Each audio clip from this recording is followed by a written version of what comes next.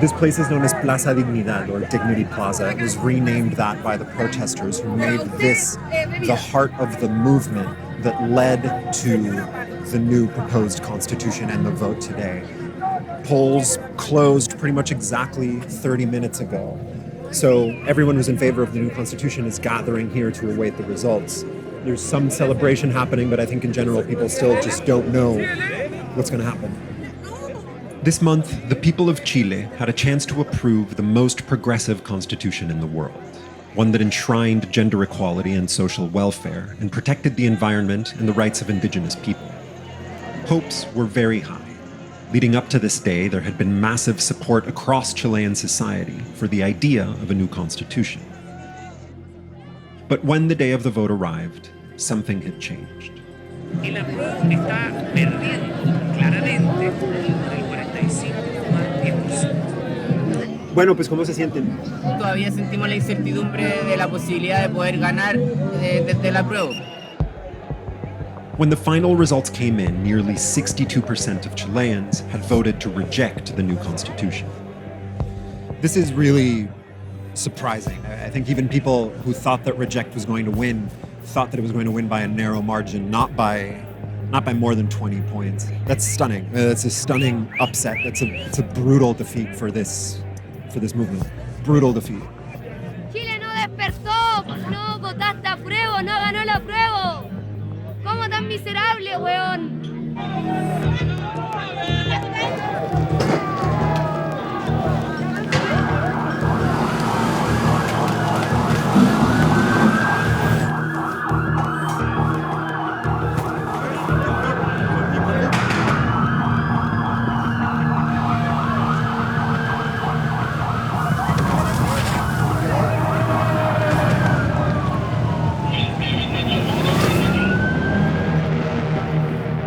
This is what's left. This is the remnants of this whole movement, and it's been completely crushed. And the thing that's going to be very difficult for a lot of people to swallow is that as of today, it's been crushed not just by the state, not just by police violence, but by a massive popular democratic vote. How did a moment of such high expectations lead to such crushing disappointment? To answer that question, you have to go back to the origin of Chile's current constitution, which was imposed under the brutal right-wing dictatorship of General Augusto Pinochet. The Constitution enshrined a system that created enormous wealth for a few, but left most people behind. In 2019, millions of Chileans took to the streets to demand a more equitable society, because even though the dictatorship itself was long gone, its economic system endured.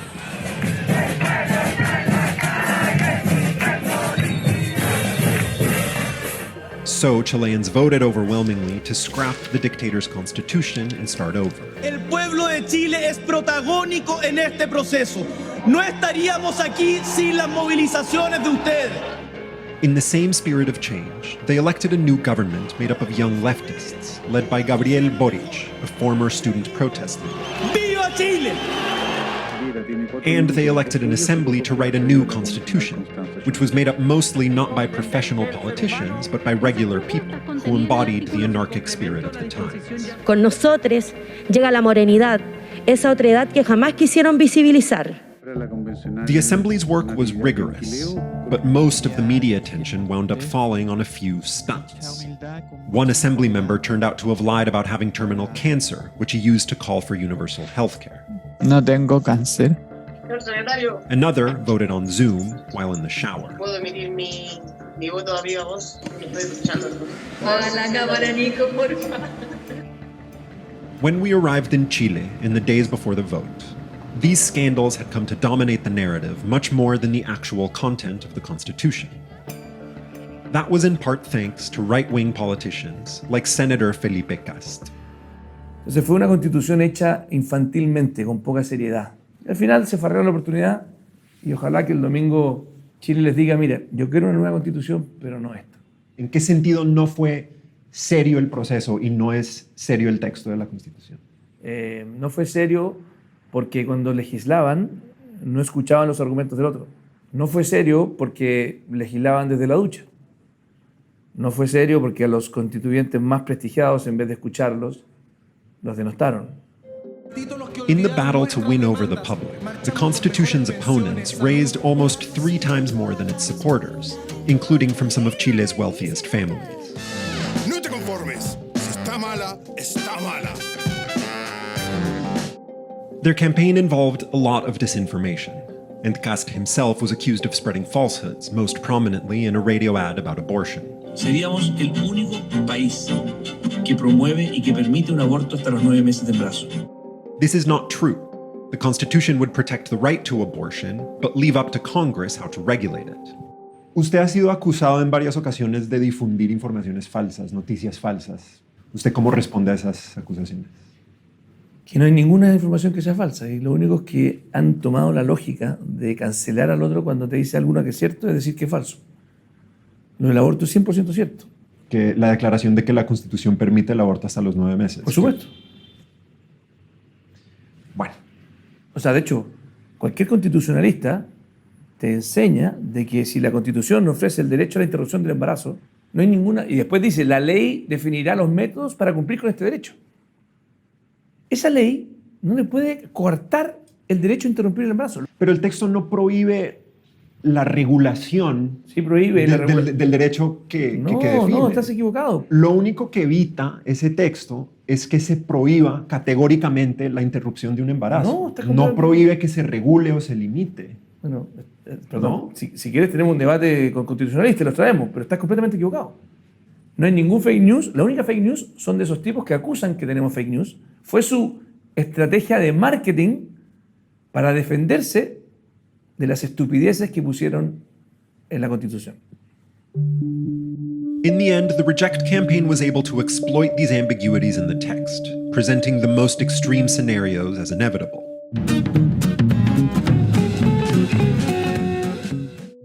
They did this too with one of the most controversial provisions, which would have extended new rights to Chile's indigenous peoples. In the eyes of the public, this came to mean that Chile would be divided, and that indigenous people would win special privileges. Natividad Yanquileo was a member of the Constitutional Assembly representing the Mapuches, Chile's largest indigenous group. Los que se oponen a la nueva Constitución, y en particular a las provisiones que tienen que ver con los derechos de los pueblos indígenas, dicen que en una democracia todos los ciudadanos son iguales, y por qué un grupo de ciudadanos debe tener un sistema especial o separado. Necesitamos tener derechos diferentes para poder ser iguales, porque la verdad es que en este país se habla mucho de la igualdad, pero los pueblos indígenas siempre hemos estado por debajo del resto del pueblo chileno. Tú perteneces a un pueblo que tiene muchas razones por dudar, por confiar en el Estado chileno y en las instituciones chilenas. ¿Para ti fue difícil tomar la decisión de participar directamente en esos procesos institucionales? No fue una decisión personal. Hubo un grupo de personas que lo conversó y me lo propusieron. Decidimos que no iban a ser los mismos de siempre quienes decidieran por nosotras y por nosotros. ¿Tú estás satisfecha con el texto de la Constitución propuesta? La verdad es que uno siempre quiere más.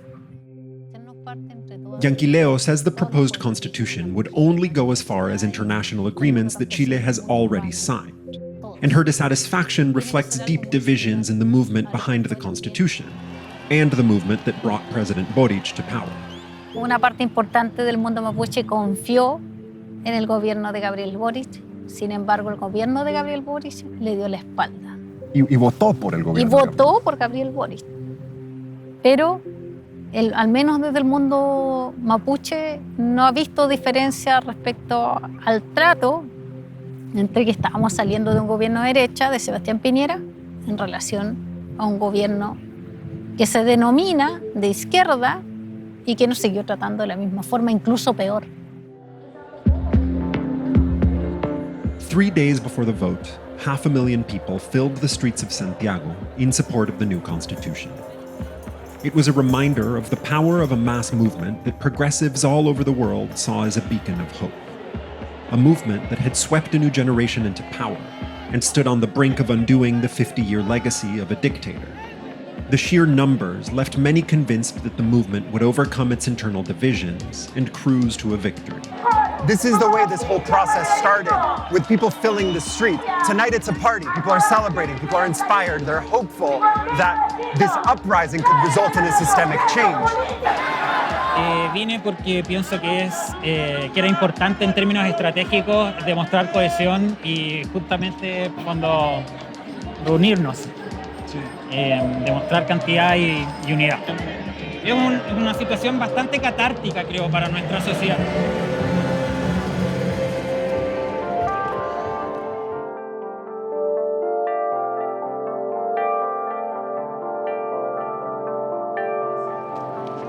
When the day of the vote arrived, more Chileans headed to the polls than ever before.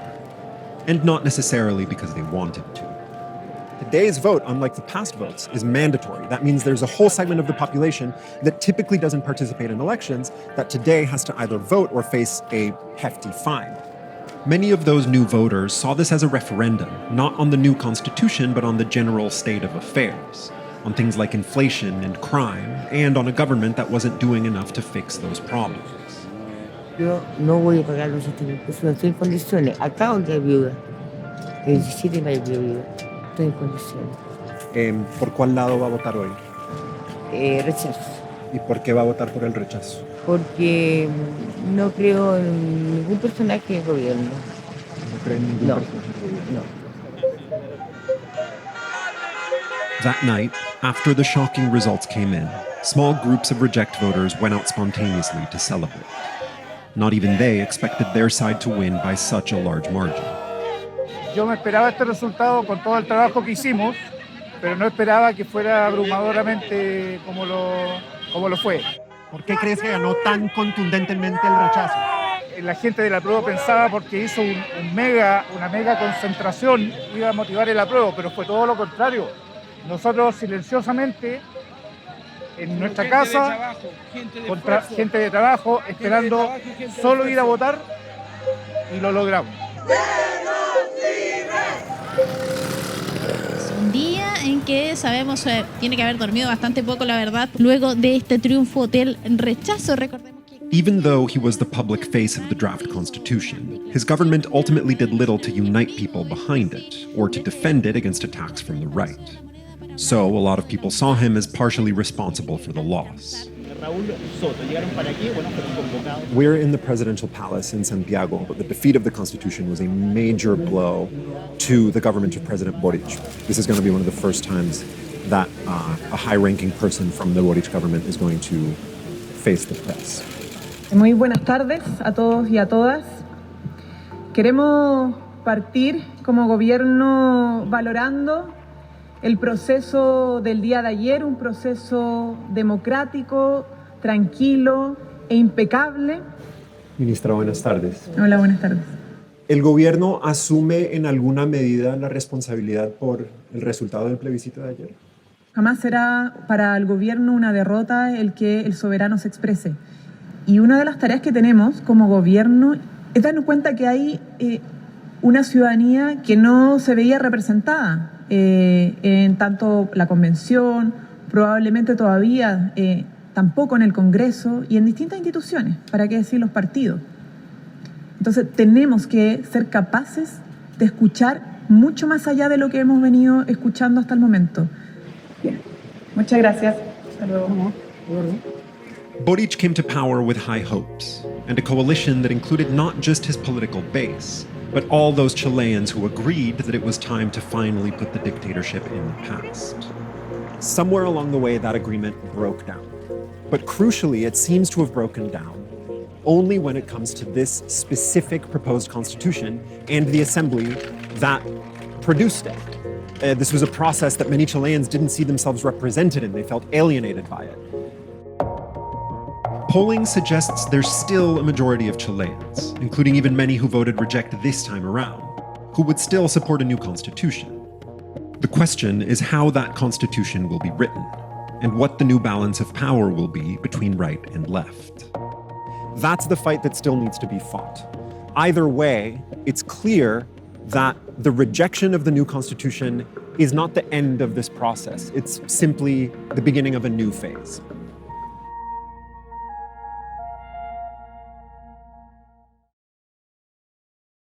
I'm Michael Learmonth, editor-in-chief of Vice News. Too often, traditional news outlets shy away from the real stories and experiences of those living through global conflicts. Not Vice News. Our reporters are on the ground, fearlessly covering the human stories that shape our world. You and millions of others can continue to read, watch, and listen to Vice News for free. But we hope you'll consider making a one-time or ongoing contribution of any size at vice.com/contribute. Every contribution, no matter how big or small, helps support the journalism Vice News brings to you every day. Thank you.